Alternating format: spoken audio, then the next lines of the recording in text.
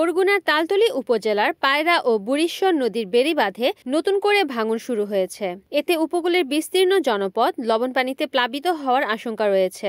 নিশানবাড়িয়া ইউনিয়নের তেঁতুলবাড়িয়া এলাকায় 4.5 কিলোমিটার বেড়িবাঁধ সম্পূর্ণ ঝুঁকিপূর্ণ বলে জানান এলাকাবাসীরা। তারা আরও বলেন, পরিকল্পিত আর টেকসই বেড়িবাঁধ নির্মাণ না হওয়ায় প্রতি বছরই ভাঙনের কবলে পড়ে তালতলী উপকূলীয় এলাকা। প্রতিটি সাইক্লোন শেল্টারে সিপিপি কর্মী দেখা যাচ্ছে কঠোর অবস্থানে। সিপিপির মাঠ কর্মীরা সচেতনতামূলক মাইকিং এবং সকলকে ঘূর্ণিঝড় আশ্রয় কেন্দ্রে আসার জন্য বিশেষভাবে অনুরোধ করছেন। সরেজমিনে দেখা গেছে, পায়রা ও বুড়িশ্বর নদীতে জোয়ারে প্রায় 80 থেকে 100 ফুট বেড়িবাঁধ নদীতে চলে গেছে।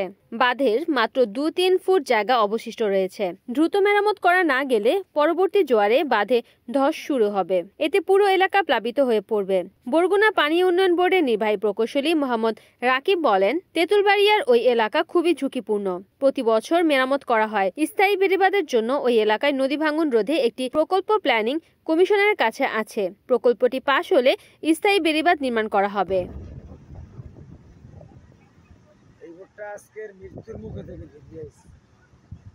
রিপোর্ট করেছেন বরগুনা প্রতিনিধি মল্লিক জামাল, NN টিভি।